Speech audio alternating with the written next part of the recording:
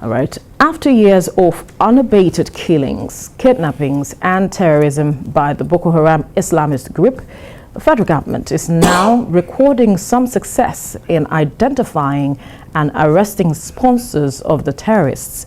In a press briefing on the anti-corruption fight of President Muhammadu Buhari, the Minister of Information and Culture, Lai Mohammed, disclosed that the Nigerian Financial Intelligence Unit uncovered the financiers of terrorism in its 2021 analysis while unmasking companies and bureau de change linked with terrorism. Well, joining me in the studio is an internationally certified security expert, Dixon Osaje. He will be talking to us about this. Good morning. Thank you for joining us on TVC Breakfast. Pleasure being here. Now, some would say that this revelation by the government is nothing new. And some others are saying that perhaps we are making progress. It goes to show that perhaps we are making progress in the fight against insurgency. But for you, what does this mean?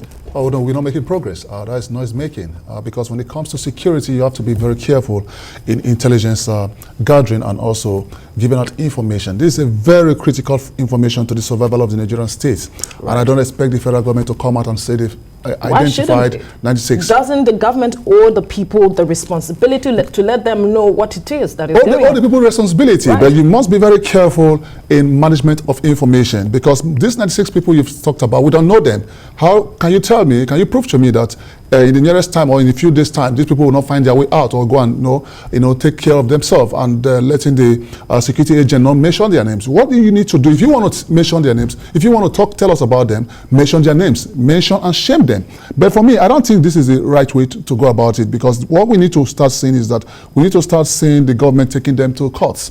Let them face the law because telling us sometimes last year we also learned they mentioned some certain number of names. Absolutely. And every other thing. About 400. So what transpired? What went well about those names?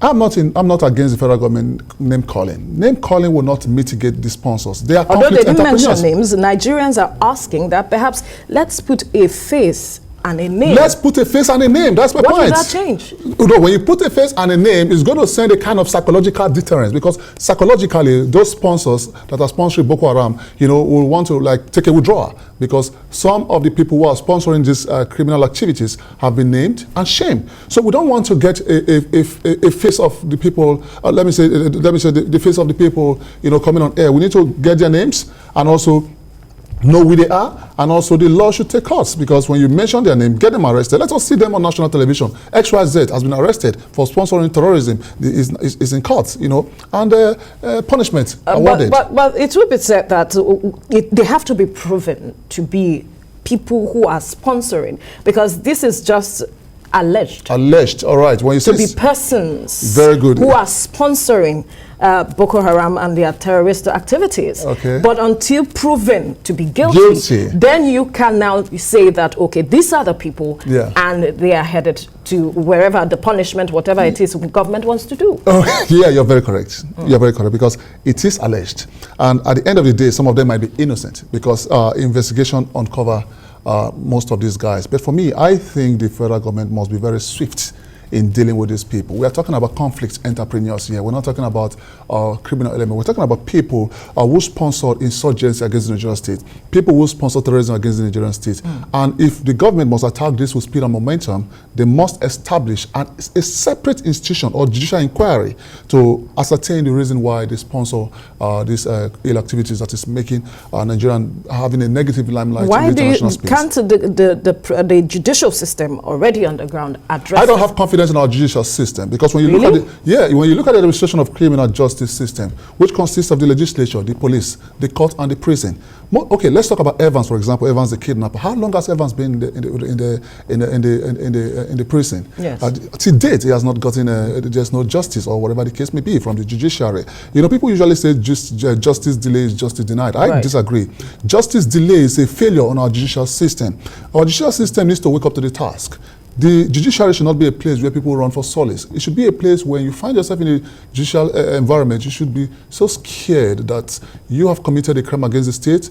Are you guilty or you're not guilty? But for me, I don't think it's very proper for the judiciary to be, sometime demoralizing the action of the Nigerian police. Because when the police apprehend the criminal, they take this criminal to the courts. This court, what do?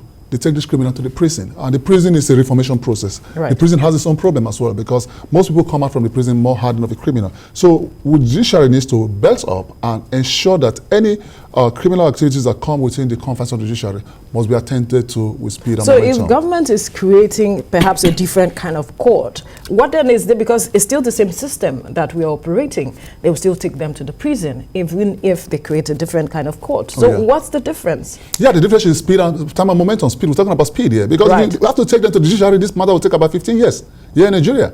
These sponsors we're talking about, if you take them to our present judicial system, it's going to spend more than 50 years. They're going to spend more than 50 years in that. So they need to set up, just like the Oputa panel, they need to set up a panel of inquiry to find out, and also a high-powered investigation body to ensure that these guys that are mentioned do not go scot-free. Now, let's perhaps take a closer look at, terrorism financing as it is, and how it is, somewhat challenging to perhaps address.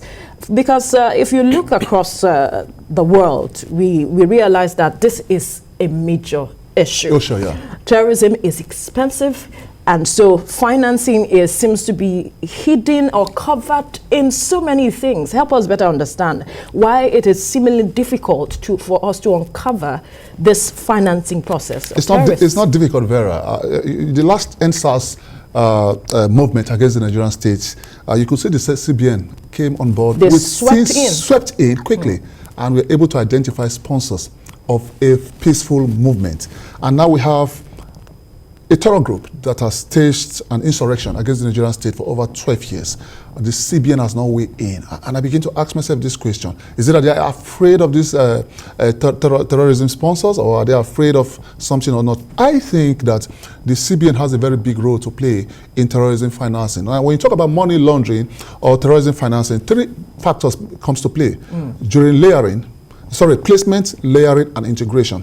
Now, when you place funds into the banking system, there should be an alert to any of the security agents, perhaps the EFCC or whatever the case may be, a huge amount of funds. Then the layering process, where is the money going to? Is it coming to me? Is it coming to you? Or is it going to the Boko Haram camp? Then the integration. Because if without placements, there will be no layering. Without layering, there will be no integration. So the CBN needs to start looking at placements, layering, and integration of those funds within the society. And also the Bureau de Change needs to be monitored as well. Because we've got to understand that most of these guys passes this money through the Bureau de Change.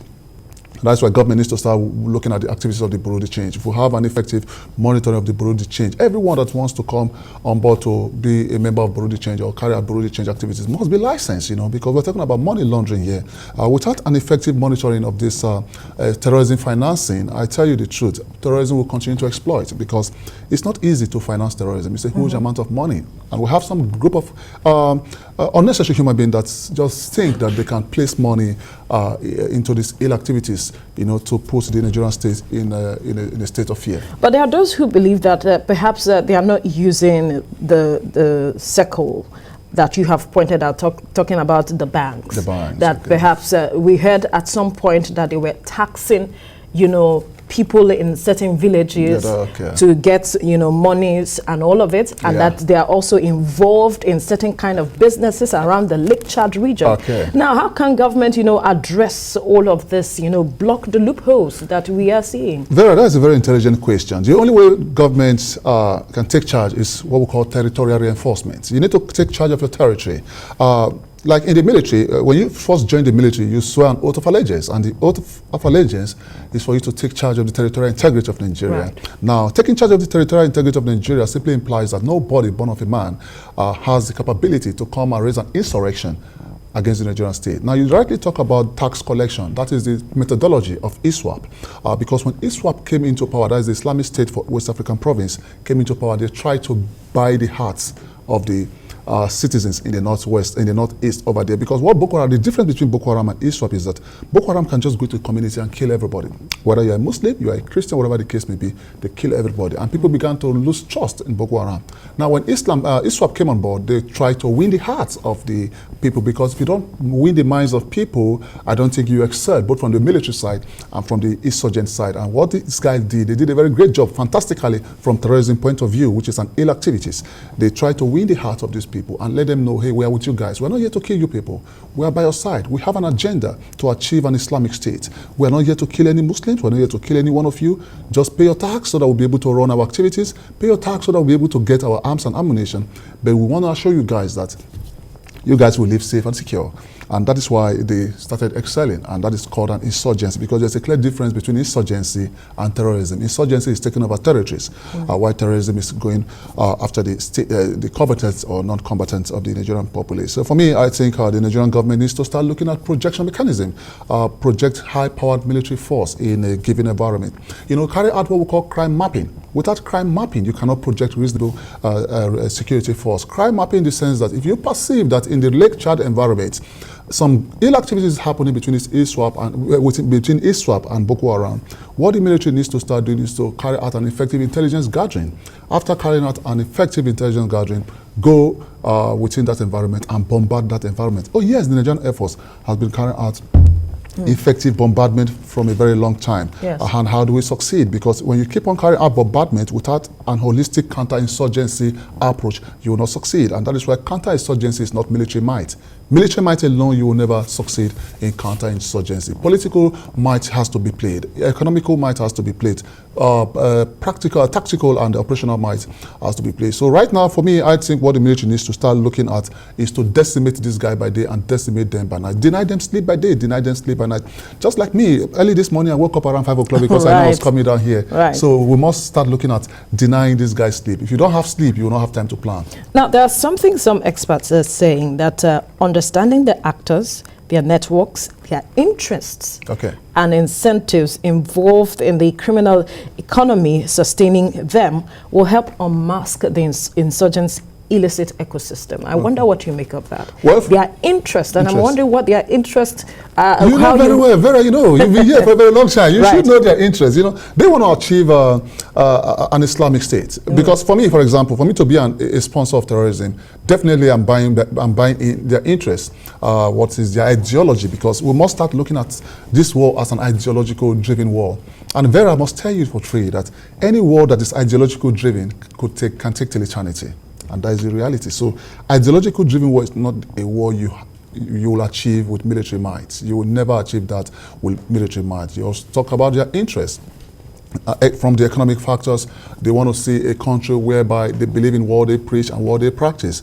Because when Boko Haram sprang up in 2009, Boko Haram was established in 2002, but the government did not put searchlights in that organization, because that's why we need to start looking at the formation of various organizations. Most people come and establish organizations. We don't have monitoring and evaluation mechanism. If peradventure the Nigerian government has an effective monitoring and evaluation mechanism earlier before 2009 when the war broke out, we would have been able to mitigate this war, but nobody cares. We just left these guys carry out their activities from 2002 to 2009 when Yusuf founded the Boko Haram, and here we are today. So we need to start looking at an effective monitoring and evaluation mechanism of most of these organizations that are coming around the Nigerian space, maybe for a peaceful movement, fundraising, whatever the case may be. There are tactical methods in hitting hard on the military government. So for me, I think the Nigerian government have done so well when you talk about monetary value, because we're spending billions every day, Vera. Right. And yet we are still on the top ranking in the global terrorism index. And that is why sometimes we need to start looking at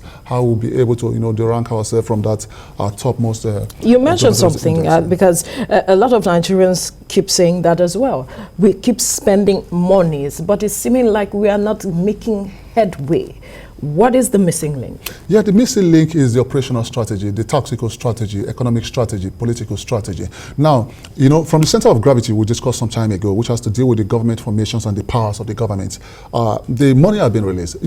President Buhari will not go to the front line and fight these guys. Absolutely. The Minister of Information and the Minister of Defense will not go to the battlefield to fight these guys. What they need to do is to carry out the strategic point of view. From the strategic level, they release these funds. And that is why we need to start looking at accountability. Accountability is very essential, both from the horizontal and vertical plane. This fund that has been released by the federal government, how is it being integrated in the fight against the terrorism? We have some people who are in the force or in the services, or in the service who have some criminal activities. They don't want this war to end. Some of them are benefiting from this war, which is very, very erroneous. So what we need to start looking at, what's it called?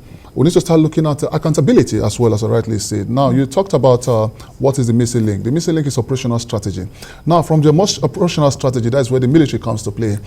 Before now, I must tell you the truth, the President Service Chief are doing a very great job, fantastically well, because of high-level coordination. In the past few years, some few years ago, there is no proper coordination. When the Air Force go for bombardment, there's no ground troops to go and carry out a territorial cleansing. And that is why we arrive at this stage, because when you want to carry out an holistic war, what is happening in Nigeria is a war situation. And I so believe in the Nigerian military. I don't know what the problem is, but I think that there are some saboteur within the system. So now, Vera, like you rightly said, what we need to start looking at, we need to start looking at operational strategy and the tactical strategy. What are the tactical strategies the Nigerian military needs to start looking? Now we are falling prey in the ambush strategy from the enemy line. You know, ambush is the most dangerous phases of war, because there are various phases of war. We have the ambush, we have the attack, we have the withdrawal. Most times when these guys come with an attack to the Nigerian military, we discover that our soldiers are pulling back. Why are they pulling back? Tactical strategy, morale boosting. Why do you need to pull back? I've never seen a situation whereby a soldier will have to retreat from an enemy. Now, the only reason why you retreat is for you to beef up your strength and attack the enemy. So we need to start looking at the minds of our soldiers. If your mind is not prepared, defeat is imminent. The battle begins from your mind. That is why each time when you want to go out to engage the enemy, you need to be prepared physically, physiologically, psychologically, and emotionally.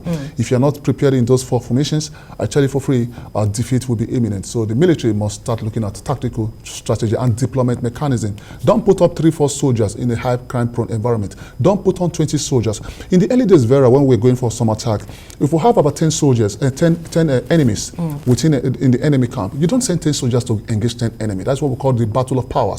If you have 10 soldiers, 10 enemies within a given environment, send in 50 soldiers, send in 60 soldiers, send in 70 soldiers. To be able to close up on the enemy? To close up on the enemy and decimate them. Here we have Boko Haram applying those tactics here to our Nigeria. And that's why I so believe sometimes when I see the attack of Boko Haram against our soldiers, I've watched many of their videos, I believe so well that there are 1 or 2 soldiers or 1 or 2 Nigerian military guys that have deserted from the army, that are training those guys, because I have seen a lot of military tactics being adopted by these guys, and that is why we need to start looking at effective deployment. Some would say that we have to be, you know, as it is now, we cannot categorically say that. Oh, so we have to be careful with our assertions and statements as it is, because this is just an assumption. Assumption, that's what I believe. Yeah, all right. Now, there are also those who, if you look at the papers, I think that was Friday, where, you know, a former security personnel was also saying that some of these people financing terrorism in the country are being covered by the government. And it raises question of how so, and to what end? You see, a lot of story has been flying around. A lot of story has been flying around. I'm a realist, and I don't think the Nigerian state cannot defeat terrorism. We're talking about Nigeria, Vera. Nigeria is a big nation, a powerful nation. We have one of the strongest military in Africa. And if we have 1 or 2 people, just like some few months ago, there was a public cry against Minister for Information, that he once had sympathy for terrorism. For terrorism, the name just escaped my head, and everybody silent, kept quiet. I had expected the government of Nigeria to say, "Hey, young man, this is what we heard about you. Can you please come and clear your name? Set up a board of inquiry to find out why."